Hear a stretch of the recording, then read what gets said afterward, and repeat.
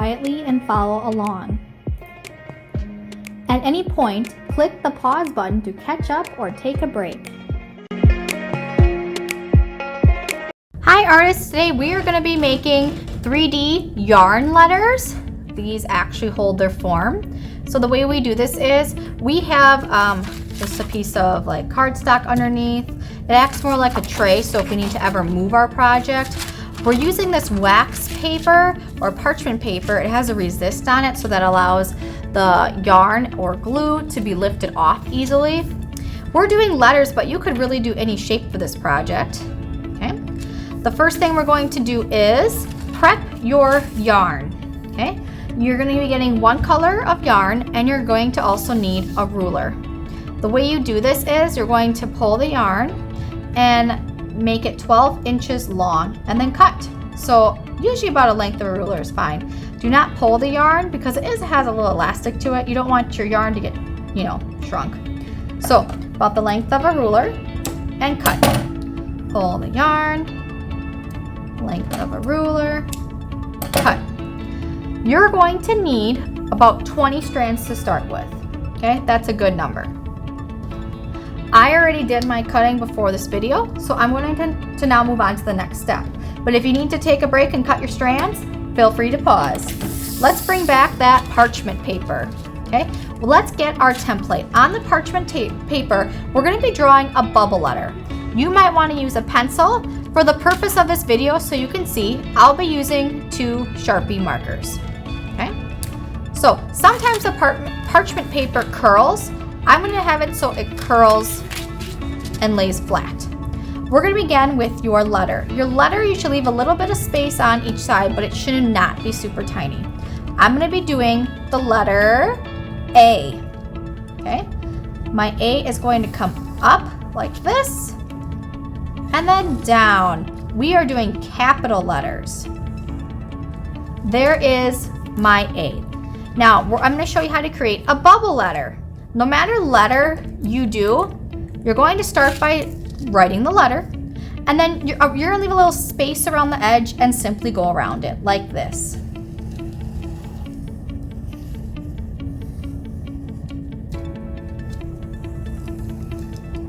Okay. If your letter has an inside like mine, you also need to create the inside. Here is my new letter. This is my template. I'm going to be staying inside my black line and now ignoring my blue regular letter. We want bold bubble letters. Okay, bring on your glue. Sometimes you can water down the glue, but we found it is best just to keep the glue as is. You're going to take your strand, you're going to dip it in the glue completely. Kind of tap that strand into the glue.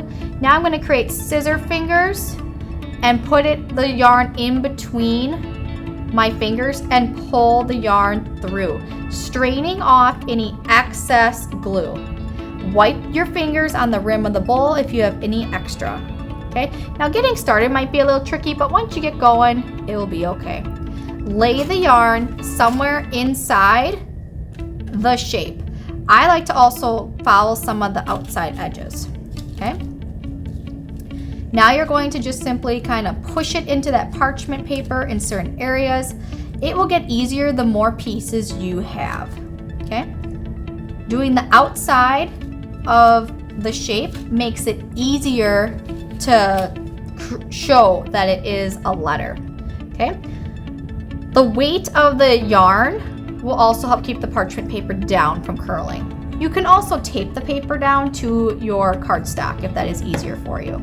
Okay, I'm dipping my next strand in the glue, straining off the extra, wiping my fingers, and then just placing it. I'm just right now worrying about getting the edges and filling up space. You can overlap your yarn. There we go. Just getting it on the parchment paper. Okay, next strand, dipping it in the glue. Now yarn is fibrous, so it soaks up the glue. The glue is a liquid. Okay. I'm gonna keep adding, making sure your yarn stays inside the black at all times. Okay.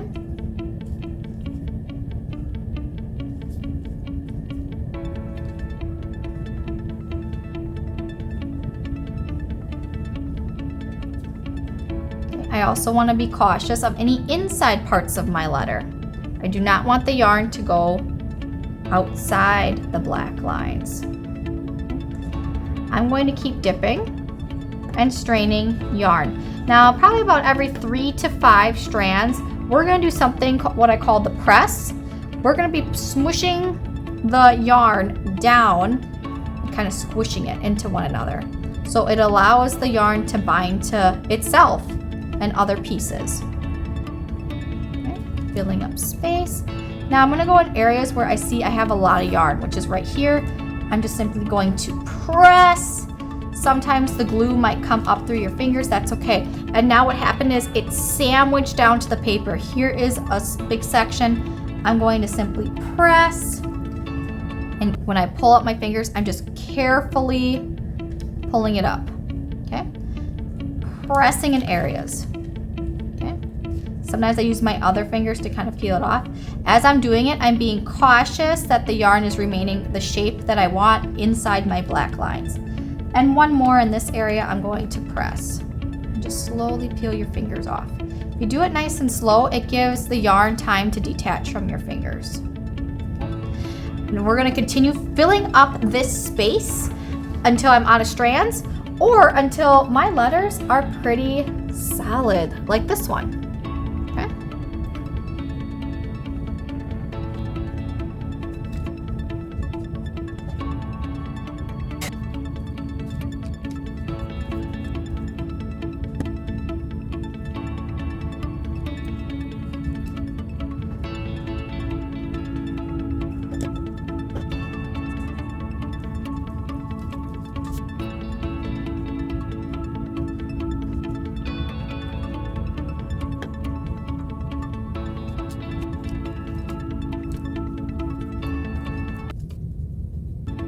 Okay, as we finish up, it is nice to take some yarn and just kind of outline your letters if you haven't done that already. You can do your letters in any pattern. I've had students fill it in with beautiful zigzags or swirls and really have intention about that space, and that is absolutely okay. Before you are done, make sure you give your letters a nice big press in a lot of areas.